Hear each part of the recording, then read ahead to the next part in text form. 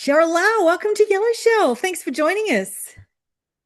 Hi, and hi everyone. Excited to be here. Oh, I'm excited to have you. You're a podcaster. You've been podcasting for more than 5 years, more than 250 episodes. Tell us about your fabulous show called Edit History. So Edit's history has gone through a few iterations, but currently, as of right now, Edit's history is really focused on the question of what are your favorite creators and entrepreneurs? Like, what are they insecure about? Because that was a reason why I was wanting to lean into this was because I'm curious about. I follow all these cool people, YouTubers, podcasters, influencers who look so confident and successful from the outside, but what are they insecure about? So I wanted to create a show where I talk to them and ask them about all the things that they, grappled with along the way. And we even revisit one piece of their past content and talk about, what were you thinking here? What were you worried about? And how did that shape you eventually to where you are today? Yeah, and what I like about the show is, you position it that it's okay to talk about the messy and the journey to get where you are. And I think it helps the audience relate. That, people don't always have it together or they've had to overcome obstacles. I find that really real about your podcast show.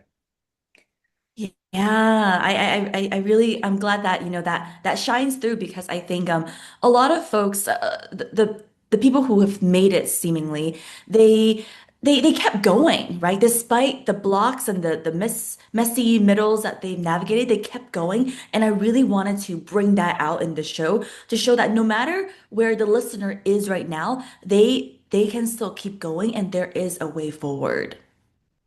And Cheryl, do you want to tell us a bit about you and your journey? Because I have read, and correct me if I'm wrong, you were training or in the corporate world and then you landed in podcasting. So tell us about your journey.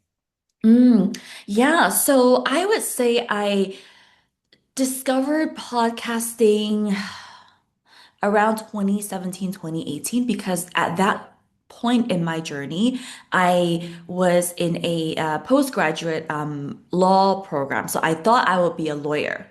Uh, but very quickly, within 1 year of law school, I realized, oh, this really, it's not the right fit.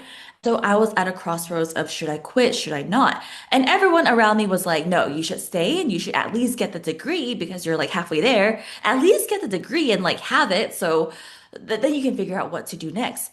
But I it didn't make sense to me to continue for another year or two just to get this degree that I wasn't planning to use.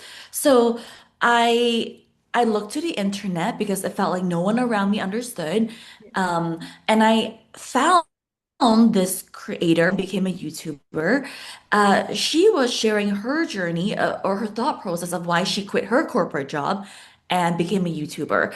And it was exactly what I needed to see and hear at that point in time.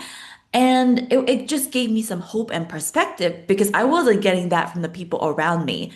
And so I realized, oh, if this stranger on the internet just by them sharing their story and their perspective and what they were thinking could help me so much.